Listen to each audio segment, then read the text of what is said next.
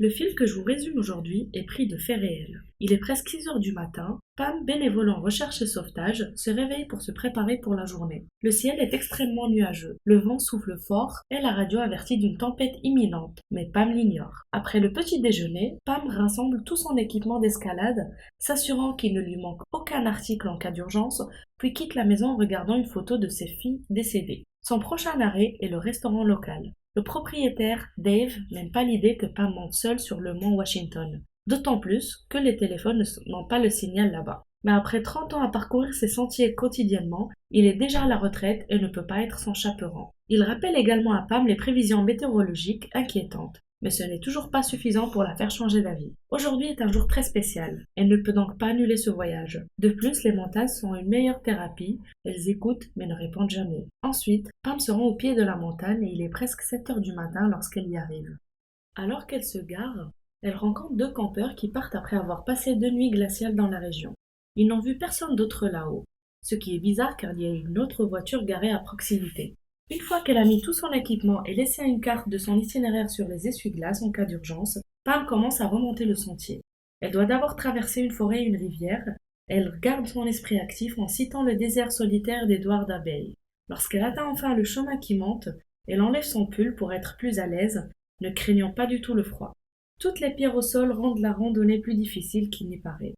Et Pam finit par trébucher lorsque l'un de ses bâtons de randonnée se casse. Heureusement, elle ne se blesse pas. Alors elle prend une pause pour boire un verre, fixe le bâton avec du ruban adhésif et remarque que les nuages sombres envahissent le ciel avant de continuer. Après avoir traversé une autre rivière, Pam atteint les zones enneigées de la montagne vers 10 heures du matin et remet sa veste avant de geler. La tempête se rapproche et le vent souffle déjà de la neige sur son visage.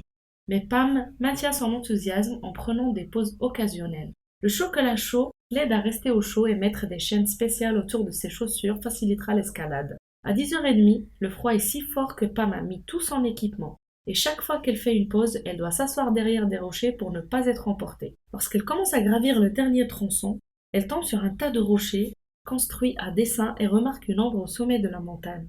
Pour attirer leur attention, Pam siffle, mais n'obtient pas de réponse. Il est presque 11 heures du matin maintenant, ce qui signifie qu'elle n'en sort pas bien. Et un autre indice est sur le point de la retarder encore plus. Il y a des empreintes de baskets sur la neige. En sifflant et en criant quelques mots pour se faire entendre, Pam suit les traces de pas pour trouver la personne derrière elle. Elle est tellement distraite par cela qu'elle ne remarque pas un trou dans le sol et tombe dedans. Pam essaie de sortir plusieurs fois, mais elle continue de glisser et ses mains se font mal. Sans siffler, elle ne fait rien et elle commence à envisager d'abandonner. Mais alors qu'elle ferme les yeux, son esprit est inondé de souvenirs de ses filles. Voyant cela comme un signe, Pam décide de réessayer et cette fois elle parvient à s'en sortir. L'eau est de mise pour célébrer l'effort, mais malheureusement sa bouteille est vide. Après avoir couvert le trou d'un tas de branches, elle monte la dernière partie du sentier et atteint le sommet de la montagne à 13 heures. Là, elle trouve un homme assis dans la neige, mort de froid parce qu'elle ne porte pas l'équipement approprié. Pam essaie de lui parler, expliquant qu'elle travaille avec l'équipe de secours. Mais il n'y a aucune réaction de l'homme, donc elle décide de l'appeler John. Le réchauffer est la chose la plus importante. Alors Pam enlève ses vêtements pour se frotter les membres et l'habille avec certains de ses propres vêtements supplémentaires. Elle le couvre également d'un sac mortuaire jusqu'à ce qu'il reprenne conscience, promettant de le faire sortir d'ici.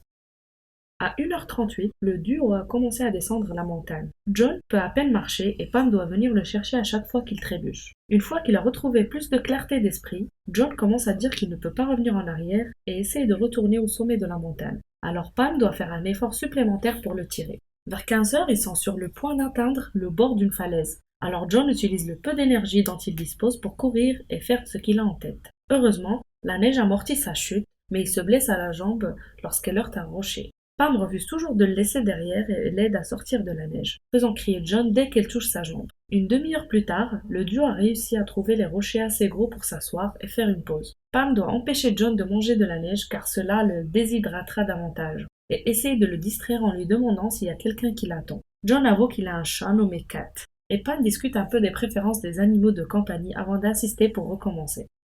3h30 sont en retard pour les normes de ce sentier, et ils doivent descendre sous la limite des arbres avant la nuit. Ils ne veulent pas être ici quand la nuit tombe et que la température baisse de 20 degrés. À 5h30, ils commencent enfin à voir des arbres. Cette zone est assez raide et John est assez fatigué, ce qui le fait trébucher et dévaler la colline, heurtant Pam et l'entraînant avec lui. Alors que son humeur empire, John dit une fois de plus qu'il ne peut pas continuer et dit à Pam de le laisser tranquille mais elle refuse. Maintenant qu'ils sont parmi les arbres, les vents ne les frappent pas au visage. Alors Pam en profite pour regarder John de plus près, expliquant qu'elle est infirmière de lui offrir des pilules, du chocolat chaud et du chocolat avant de vérifier sa cheville blessée. Il a beaucoup gonflé, donc Pam le pense, puis le recouvre de sa dernière paire de chaussettes supplémentaires.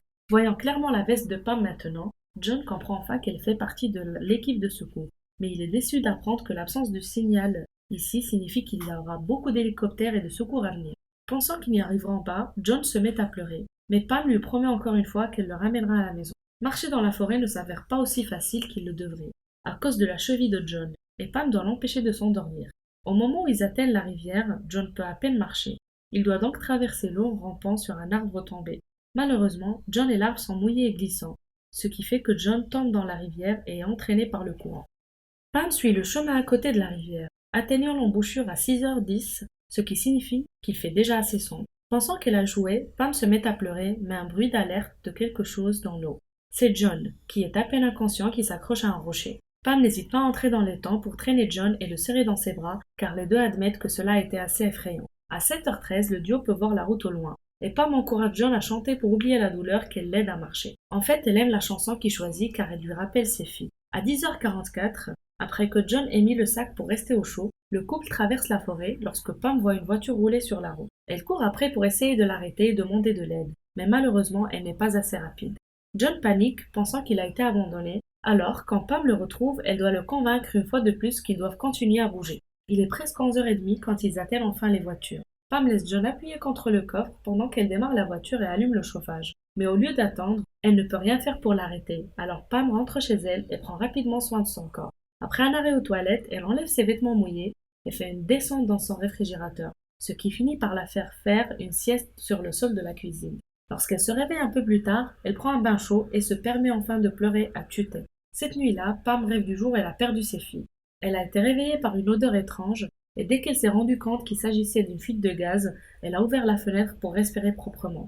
Par la suite, elle s'est précipitée pour vérifier ses enfants, mais malheureusement il était trop tard. Ils étaient tous les 2 morts. Depuis, Pam laisse toujours au moins une fenêtre ouverte, même en hiver. 5 jours plus tard, Pam reçoit un message de Dave lui disant de vérifier les nouvelles. Il s'avère qu'elle est célèbre maintenant. John a raconté son histoire à la police, et les journalistes n'ont pas tardé à découvrir qui était la femme seule qui a sauvé l'homme dépressif, bien que John lui-même ait demandé de rester anonyme. Pam entend son nom à la radio et voit ses photos dans divers articles, mais n'a aucun intérêt à contacter qui que ce soit pour la gloire. Elle continue sa routine de randonnée sur le sentier de montagne, en attendant un appel de la police locale avec une réponse à sa demande. Mais malheureusement, leur message n'est pas utile. Lorsque John a rempli son rapport, il n'a pas donné son vrai nom ou un numéro de téléphone. Un après-midi, un journaliste appelé Patrick se présente chez Pam. Elle essaie de lui dire qu'elle n'est pas la femme des nouvelles, mais Patrick a vu sa photo donc il ne la croit pas. Voyant qu'elle n'a pas d'autre choix, Pam l'invite à répondre à ses questions. Elle n'a pas entendu un seul mot de John. Elle ne pense pas que cela importe. Pourquoi il était au sommet de la montagne en novembre avec quelques couches de vêtements. Patrick veut trouver John, pensant qu'il a peut-être quelque chose à dire à Pam. Mais elle pense que si John aurait voulu lui dire quelque chose, il l'aurait déjà fait.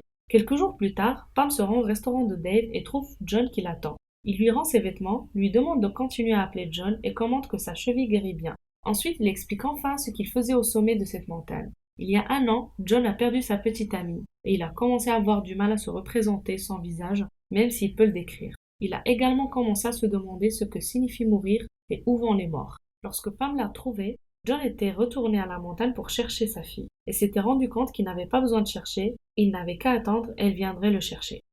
Au lieu de l'entendre, John a entendu Pam et il en est très reconnaissant. En retour, Pam lui raconte comment elle a perdu ses filles et avoue à l'époque qu'elle avait voulu mettre fin aux choses comme lui. John se demande si cela devient jamais plus facile. Et Pam lui dit que même dans une tempête, il y a tellement de beauté. Plus tard dans la journée, Pam passe en revue quelques souvenirs de ses filles et remonte à nouveau la montagne pour voir la beauté du coucher du soleil. La vraie Pam a ensuite élevé 4 enfants. À 67 ans, il a quitté le New Hampshire pour devenir une patrouille bénévole dévouée dans divers parcs nationaux de l'ouest des États-Unis. John rappelle constamment à Pam qu'il suffit d'une seule personne pour changer la vie de quelqu'un et il a changé la sienne.